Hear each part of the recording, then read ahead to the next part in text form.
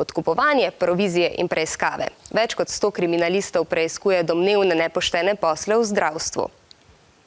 Tisti, ki oskrbujejo zdravstvene zavode z opremo in pripomočki, naj bi zdravnikom in zaposlenim namreč dajali nagrade samo zato, da bi te izbrali njihovo ponudbo.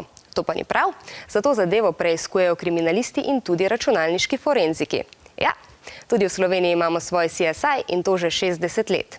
Imenuje se Nacionalni forenzični laboratorij. Obiskal ga je tudi naš otroški poročevalec Peter. Živjo. Moje ime je Peter in me zelo zanima, kdo razkrinka storilca, ko se zgodi kakšen zločin. Zato sem se odločil, da bom to kar sam raziskal v forenzičnem laboratoriju.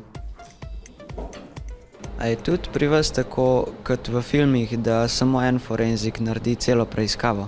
No, pri nas je malo drugače. Torej, najprej policijski pride na kraj, zavaruje sledi, išče sledi, potem jih preda kriminalističnemu tehniku, ta jih obdeluje, preiskuje, potem pa pošlje k nam v Nacionalni forenzični laboratorij v nadaljnje preiskave.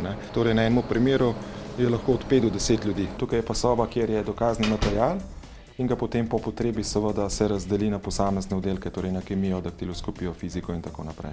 Kako pa preverite, čigavi so prstni odtisi? Ja, s pomočjo računalnika ali pa pod lupo. Primerjamo sporni pa primerjalni material, to pomeni od storilca pa od sledi, ki jo najdemo na kraju. Kdaj pa da človek prstne odtise in DNK vzorec v vašo bazo? To je seveda odvisno od storitve prekrška ali pa kaznivega dejanja. Torej človek da, ko stori ali je osumljen nekega kaznivega dejanja ali pa večjega prekrška, takrat samo odvzame bris ustne sluznice, torej za DNK in pa seveda daktiloskopira ali odvzame prstne odtise. Prav tako lahko pa tudi osebo fotografiramo. Kako pa veste, iz katere pištole so bile izstreljene krogle? Gremo primerjalno streljati in potem sledi na teh kroglah, patulcih, primerjamo sledmi na kroglah, patulcih, ki so bili dobljeni na kraju kaznivega dejanja. To pa ni tako kot v filmu.